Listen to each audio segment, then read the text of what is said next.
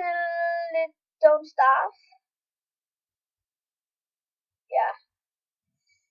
Som sagt, i dag skal vi spille Don't Starve, og det her game, det er faktisk nyt. Det ser det ikke ud som om, men det er nyt. Nu vil jeg godt lige fange nogle af de der skidefugle. Jeg skal bare lære det. Nå, men jeg tror det vi gør, det er, at vi laver en lille hat. God idé. Og vi har Kasper med. Jeg er ikke sikker på, at I kan høre ham. Det tror jeg nemlig ikke kan. Nej, hans stemme lægger.